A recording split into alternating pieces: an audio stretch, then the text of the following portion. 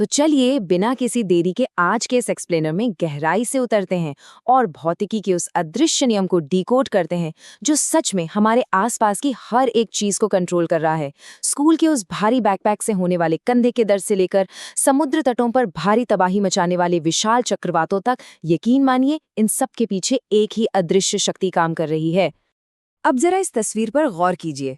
दोनों बच्चों ने बिल्कुल बराबर वजन उठाया हुआ है, लेकिन तस्वीर में साफ दिख रहा है कि लड़के को अपने बैग की वजह से काफी दर्द और अनकंफर्टेबल महसूस हो रहा है, और ऐसा सिर्फ और सिर्फ उसके बैग की उन पतली पट्टियों की वजह से हो रहा है। यहीं से एक बड़ा ही दिलचस्प सवाल दिमाग में आता है, आखिर ऐसा क्यों है कि वजन तो बिल्कुल एक जैसा है, लेकिन एक पतली पट्टी दर्द दे रही है और चौड़ी पट्टी से कोई दिक्कत नहीं हो रही। इससे एक बात तो साफ है कि साइंस में सिर्फ वजन ही सब कुछ नहीं होता, चीजों का आकार और उनका डिजाइन भी उतना ही बड़ा रोल प्ले करता है। और यहीं पर एंट्री होती है प्रेशर यानी दाब के विज्ञान की। अगर हम इस फॉर्मूले को देखें तो ये साफ बताता है कि प्रेशर असल में फोर्स को एरिया यानी क्षेत्रफल से डिवाइड करने पर निकलता है।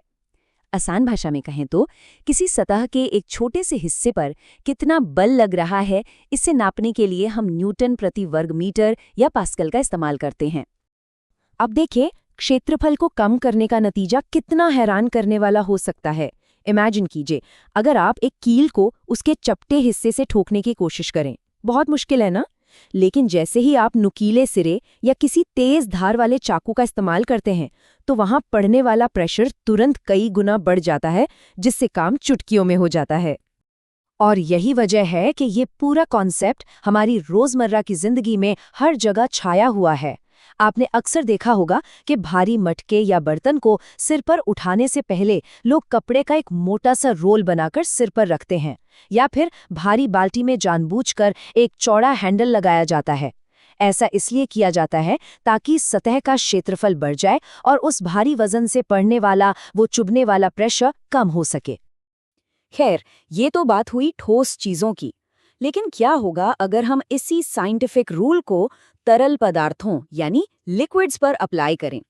ठोस चीजों की ही तरह लिक्विड्स भी अपने बर्तन पर लगातार एक प्रेशर डालते हैं। इसे विजुअलाइज करने के लिए हम एक बड़ा ही सिंपल सा एक्सपेरिमेंट सोच सकते हैं। मान लीजिए हमने एक प्लास्टिक की बोतल ली, उसके निचले हिस्से में बिल्कुल एक ही ऊंचाई पर 4 छोटे छोटे छेद कर दिए और फिर बोतल को पानी से फुल कर दिया।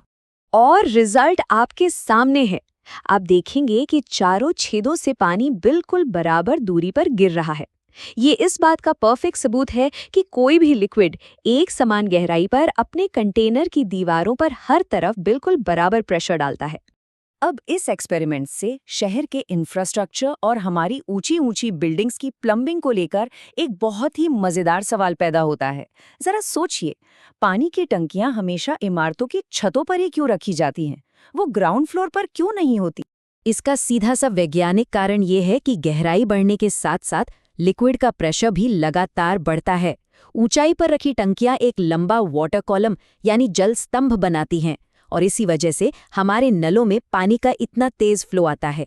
बिल्कुल इसी लॉजिक की वजह से बड़े बड़े बांधों की दीवारें नीचे से बहुत ज्यादा चौड़ी और मोटी बनाई जाती हैं, ताकि वो गहराई में पानी के उस भयानक प्रेशर को बिना टूटे सह सकें।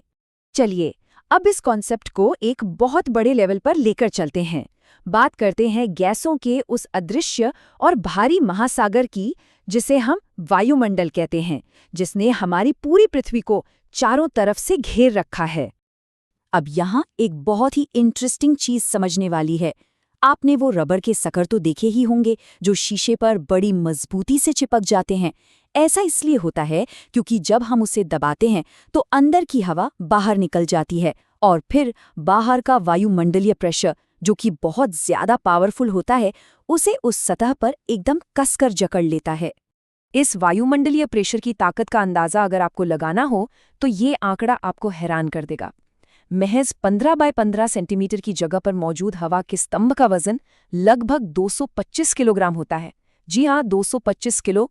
अगर इसे फोर्स में मापें तो ये लगभग 2250 न्यूटन का एक जबरदस्त बल है। अब ये बात सुनने में बिल्कुल अजीब लगती है ना? मतलब 225 किलो का ये अदृश्य बोझ लगातार हमारे ऊपर से नीचे की तरफ दब रहा है, फिर भी हम हर दिन बिल्कुल आराम से घूम रहे हैं। आखिर ऐसा क्यों है कि इंसानी शरीर इस भारी भरकम वजन के नीचे पूरी तरह से कुचला नहीं जाता?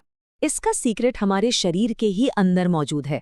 दरअसल हमारे शरीर के अंदर मौजूद तरल पदार्थों और गैसों का अपना एक इंटरनल प्रेशर होता है, और ये आंतरिक प्रेशर बाहर की तरफ एक बल लगाता है जो उस भारी भारी वायुमंडलीय प्रेशर को बिल्कुल परफेक्ट तरीके से बैलेंस कर देता है। ये दोनों फोर्स आपस में न्यूट्रलाइज हो जाते हैं और हमारे अंग बिल्कुल सुरक्षित रहते हैं। एक कमाल का प्राकृतिक बैलेंस है ये। अब ये देखना बहुत जरूरी है कि हवा का ये भारी भरकम अदृश्य वजन वास्तव में पूरी दुनिया में फिजिकली मूव कैसे करता है, ये बेसिक समझना बहुत जरूरी है। इमेजिन कीजिए, जब साइकिल का टायर पंक्चर होता है या हम किसी भरे हुए गुब्बारे को बिना बांधे छोड़ देते हैं तो क्या होता है? अंदर फंसी हुई हाई प्रेशर वाली हवा एकदम से फर करके बाहर की तरफ भागती है ताकि वो खुद को बैलेंस कर सके। और यही प्रकृति का एक यूनिवर्सल नियम है। हवा हमेशा, जी हाँ हमेशा, हाई प्रेशर वाले एरिया से सीधे लो प्रेशर वाले एरिया की तरफ बहती है। हवा के इसी लगातार मूवमेंट को ही तो हम हवा चलना या विंड कहते हैं। और ये प्रेशर का डिफरेंस जितना ज्यादा होगा, हवा की स्पीड भी उतनी ही भयंकर तेज होगी। जब वायुमंडल में हाई और लो प्रेशर के बीच का ये अंतर बहुत बड़े और एक्सट्रीम लेवल पे पहुंच जाता है तो ये भयानक मौसम को जन्म देता है, और अंत में यही चीज विनाशकारी तूफानों और तटीय चक्रवातों की शक्ल लेकर हमारे सामने आती है, जो भारी तबाही मचा सकती है। तो आज के एक्सप्लेनर को खत्म करने से पहले आपके सोचने के लिए एक बहुत बड़ा सवाल छोड़कर जा रहे हैं। क्या होगा अगर हमारी पृथ्वी अचानक घूमना बंद कर दे? क्या घूर्णन रुकने के बाद भी सिर्फ प्रेशर के अंतर से पैदा होने वाली ये हवाएं इतने ही विनाशकारी चक्रवातों का रूप लेंगी? ये एक ऐसा सवाल है जो यकीनन आपको इस कमाल के टॉपिक के बारे में और ज्यादा पढ़ने पर मजबूर कर देगा।